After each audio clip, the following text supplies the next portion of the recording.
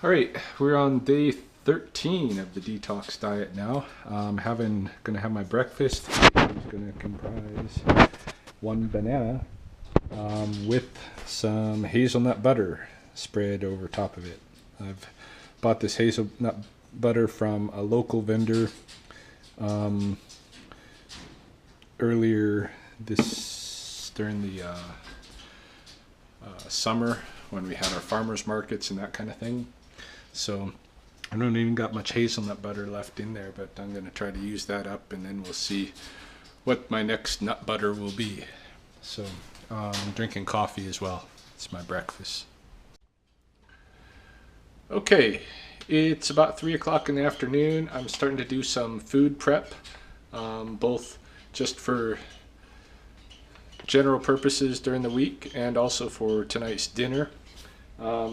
I was out walking around a good part of the afternoon, and I snacked while I was out on a few of these. This is the same company that made those pistachios I was eating the other day, the D Gourmet or whatever. These are chestnuts, peeled and roasted chestnuts.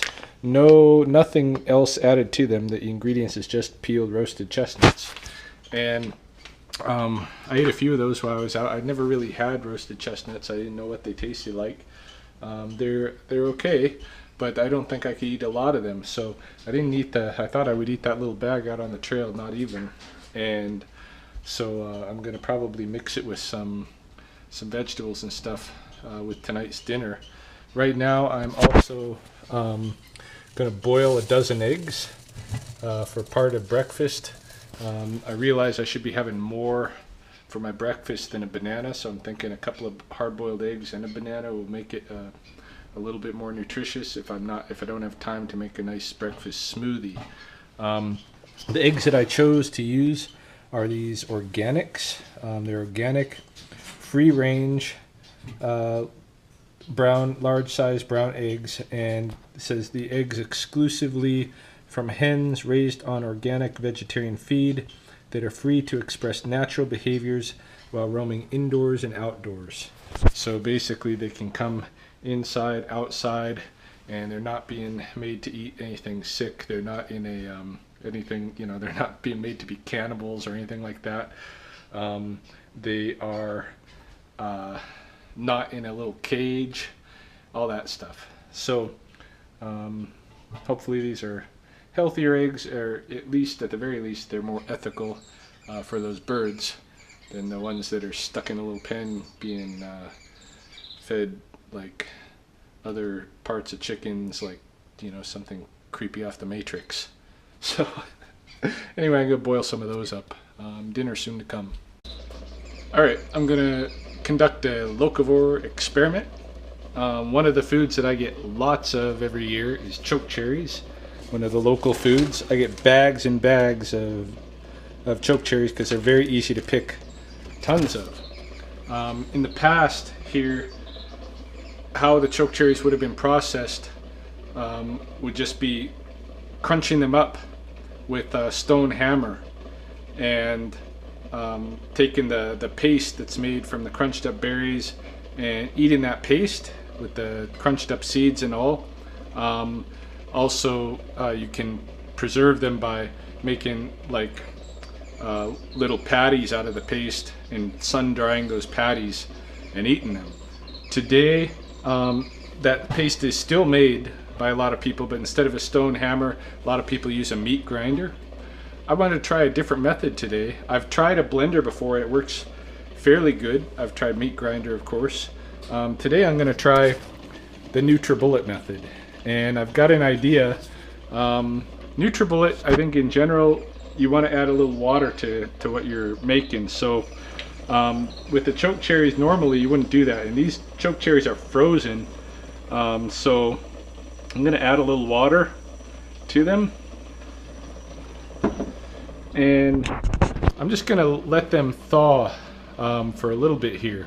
And then my idea, now that they've got water, I'm going to let them thaw in the water a little bit because they are frozen.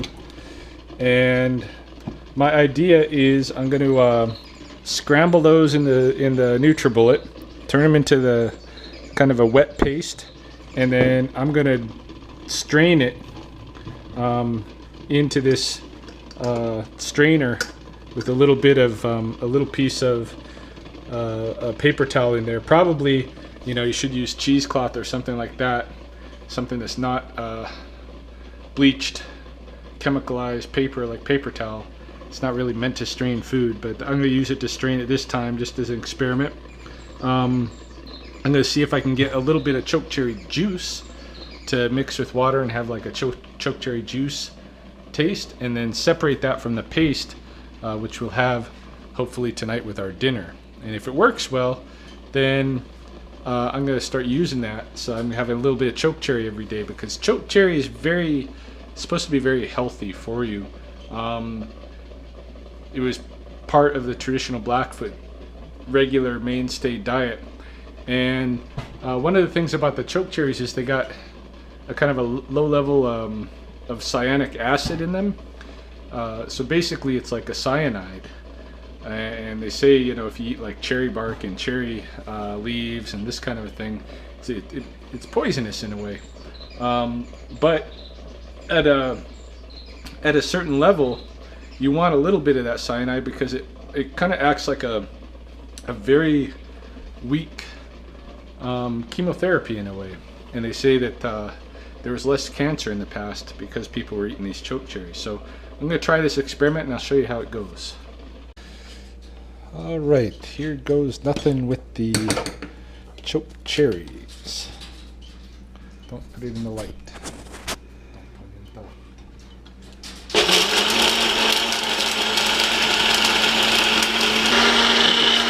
Yeah.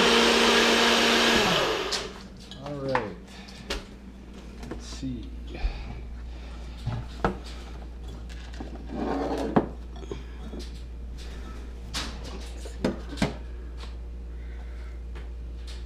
It's not going to go through. You don't think it'll drip through? It's too thick. Oh. Might need to use cheesecloth instead of paper towel. Okay, we'll stop the camera. I'll get some cheesecloth going. All right, so this is cheesecloth, and I think like that. Yeah, probably. I'm gonna do a very light layer so that the liquid will drain out.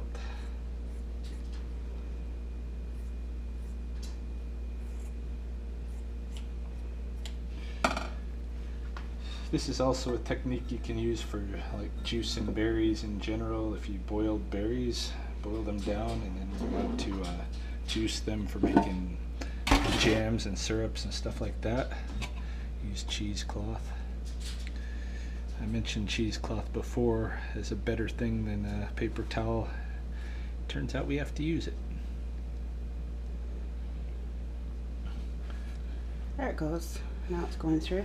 Yeah, it's going through. I'll show that. Little bit of drippage going on. It's going to take a bit. You can take one of those small whisks in the drawer there and stir it. It'll help it go through. Or a spoon. I think what I'll just do is I'll just set it up for a while.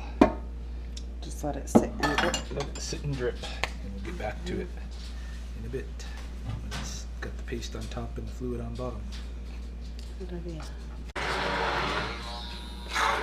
It's another experiment underway. Probably recall that I had been soaking beans for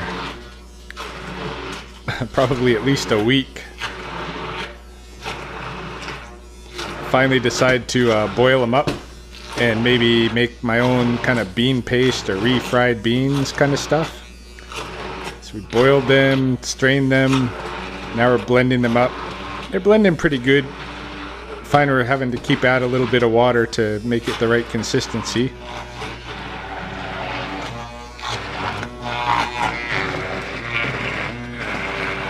coming along.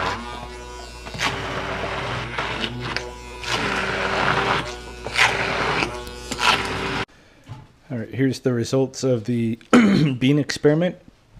I've got little portion that I've put away for dinner. The rest of it I'm going to put in the fridge and eat over the next probably week long. But yeah, they munched up pretty good after soaking for so long and then cooking. Just boiling. And so they don't taste anything special. They just taste like bean, but I suppose you could like mix them with a little bit of honey or something, just a little pinch to make them sweet or something like that. I don't know. But yeah, I'm just going to eat it as a bean paste. The chokecherry is not dripping very quickly, so we'll see what happens with that. Okay, it's been probably an hour or so, at least, since NutriBulleting the chokecherry. It's really not draining well, so I think what I've learned from this experiment, and the experiment is over obviously, is that what you can get from NutriBulleting chokecherry is rather obvious: a good dose of chokecherry. It's like a good dose of chokecherry smoothie, vitamin pack. Still good stuff. So yeah, so can't use it to make the regular like traditional chokecherry, crushed chokecherry, but you can definitely use it to make a nice chokecherry flavor smoothie, energy boost, vitamin packed energy boost kind of a shot. Okay, I've made our dinner this evening. It is comprised of chicken asparagus scallopini and fried rice with eggs and vegetables. And for my plate, nobody else wants this, but I'm gonna have some of my crushed beans. Basically, it's like a refried bean, except not fried. So that is dinner tonight. All right, having a nighttime snack. A bit of Inca Chips and some lime juice. And it's about 9 o'clock at night, so that's probably going to be the last snacks that I eat tonight. And that'll be it for day 13, I think this is.